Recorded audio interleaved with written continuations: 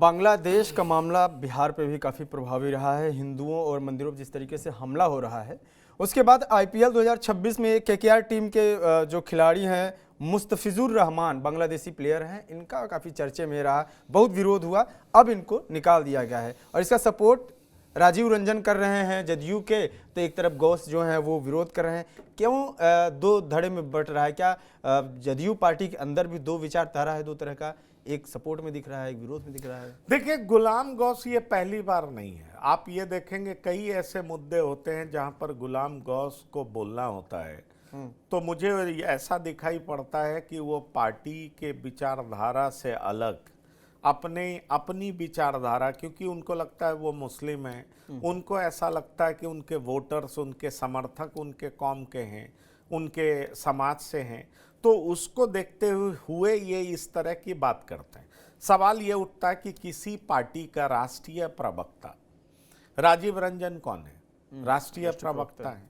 राजीव रंजन का ये stand party का स्टैंड माना जाएगा। राजीव रंजन जी ने क्या कहा है? उन्होंने तो ये कहा है कि भाई सबसे आगे राष्ट्र होता है और देश की भलाई, देश का हित सब सर्वोपरि है। उन्होंने इस तरह की बात कही है। अब मुस्तफिजुर रहमान बांग्लादेश से आते हैं, वो केकेआर से खेलते।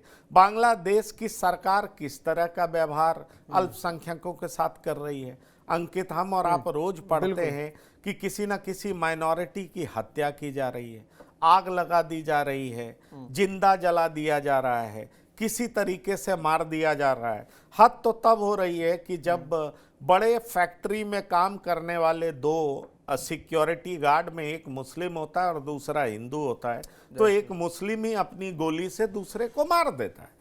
अब ऐसे में अगर कोई सरकार का रवैया इस तरह का है, और कोई एक दो दिन की बात नहीं है, जब से ये यूनुस सरकार सत्ता में आई है लगातार ऐसा क्रियाकलाप जारी है। ऐसे में सवाल उठता है कि इस तरह के बांग्लादेशी जो लोग हैं उनका समर्थन क्यों करना चाहिए? अब कुछ लोग ये सवाल उठा रहे हैं कि आपने शेख हसीना को इंडिया में क्यों रखा है? अरे भाई, शेख हसीना जब तक बांग्लादेश में थी तो कम से कम उनकी सरकार ऐसे तत्वों के खिलाफ काम करती हुई दिखाई पड़ती थी। अल्पसंख्यक काफी सेफ महसूस करते थे। आरक्षण और आपने ये देखा कि किस तरह से बांग्लादेश में माहौल था, प्रो इंडिया माहौल दिखता था। यूनुस सरकार आई है, एंटी इंडिया माहौल दिखता है। हिंदुओं के ऊपर जबरदस्त हमले हो रहे हैं, बहु बेटियां सेफ नहीं हैं। ऐसे में उनके प्लेयर को आईपीएल में क्यों खरीदा जाना चाहिए? करोड़ों रुपया देश का क्यों उनको जाना चाहिए? कांग्रेस इस पर राजनीति क्यों कर रही है?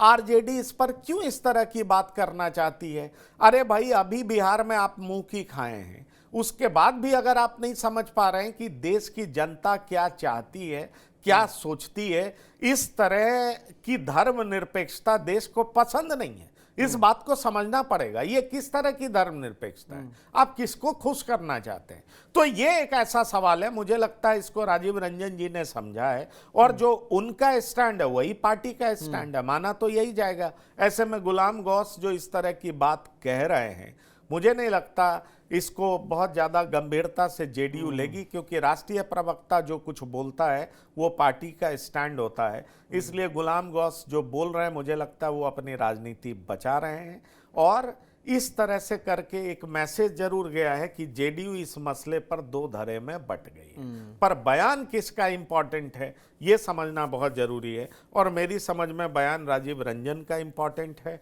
पर हाँ, आप कह सकते हैं कि जेडीयू इस मसले पर दो धड़े में बटती हुई दिखाई पड़ रही है। बिल्कुल। फिलहाल बांग्लादेश के मैटर पर कांग्रेस और आरजेडी का भी इसी तरह का बयान है। एजाज अहमद ने एक सवाल उठाया है कि एक क्रिकेटर को हटाया जा रहा है, शेख हसीना को भारत में शरण एवं सुरक्षा क्यों दी गई है, और ऐसा ही कांग्रेस भी बोल रही है।